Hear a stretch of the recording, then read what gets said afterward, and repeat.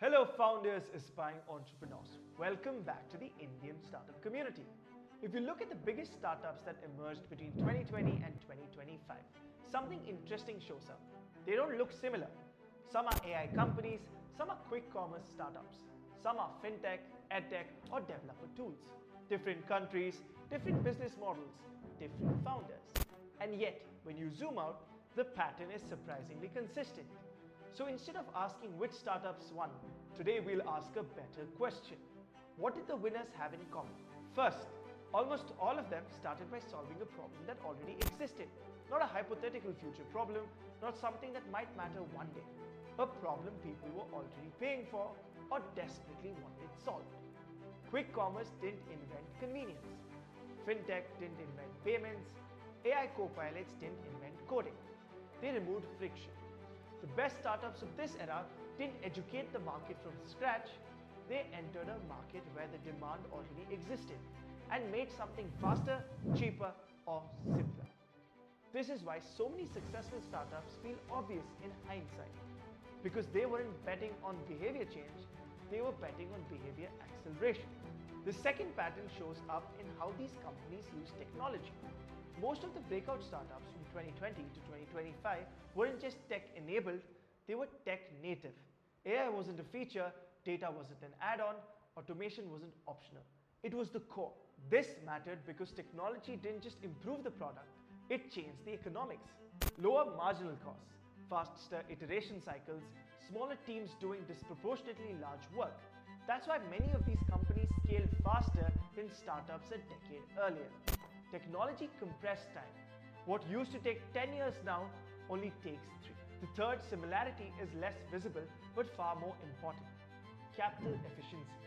Despite the headlines about billion-dollar valuation, most successful startups of this period were extremely focused on how money moved through the business. They cared about how fast revenue turned into cash, how quickly experiments showed results, and how much growth each additional rupee or dollar could buy. Even heavily funded startups were ruthless about momentum because the funding environment after 2021 made one thing very clear. Capital is not guaranteed, survival is. The companies that lasted were the ones treating funding as fuel, not oxygen. The fourth pattern is about market size, but not in the obvious way. Yes, the best startups were in large markets, but more importantly, they started narrow. They didn't try to win everything on day one. They dominated a specific use case, geography or a customer segment first and expanded only after proving demand. This is why many of today's giants began as a single city, a single feature or a single type of customer. They didn't chase scale immediately, they earned it. The final similarity might be the most underestimated one: speed of learning. The best startups between 2020 and 2025 weren't the ones that got everything right. They were ones that got feedback fastest, shipped early, they broke things publicly, they changed direction without ego. In a world where markets shifted rapidly, pandemics, regulations, AI breakthroughs, adaptability mattered more than vision text. These startups treated strategy as a living document, not a promise, a hypothesis. So when you put it all together, the success of the last 5 years wasn't random.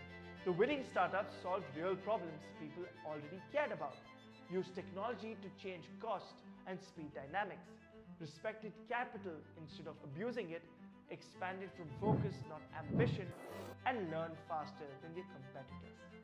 Different industries, different countries, same underlying principles, which tells us something important. The next generation of breakout startups probably won't look familiar either, but the patterns behind their success will be. Because in startups, trends change, but fundamentals don't.